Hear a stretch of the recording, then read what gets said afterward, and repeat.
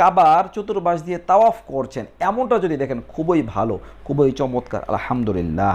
এরপরে বন্ধুরা আরও একটু গুরুত্বপূর্ণ ব্যাখ্যা, যদি আপনি স্বপ্নে নিজেকে কাবা ঘরের ভিতরে দেখেন, আপনি স্বপ্নে আপনার নিজেকে কাবা ঘরের ভিতরে দেখলেন, এমনটা হয়তো অনেকে দেখতে পারেন যে কাবা ঘরের ভিতরে আপনি অবস্থান করছেন, তাহলে এটা দেখার গুরুত্বপূর্ণ যে একটি ব্যাখ্যা সেটি হলো যে আপনি, আপনার কোনো শত্রু যদি থাকে তাহলে শত্রুদের অনিষ্টতা থেকে, বিপদ আপদ থেকে আপনি বাঁচতে পারবেন ইনশাআল্লাহ। আপনার যদি শত্রু থাকে, অনেক শত্রু যদি থাকে, ভয়াবহ শত্রু যদি থাকে, তাহলে তাদের অকল্যাণ থেকে, ক্ষতি থেকে আপনি বাঁচতে পারবেন। আপনি কাবা ঘরের ভেতরে চলে যাওয়া মানে আপনি চতুর পাশ দিয়ে আল্লাহ পাকে একটি কুদরতি বেষ্টনে চলে আসবে আপনার জীবদ্দশায়।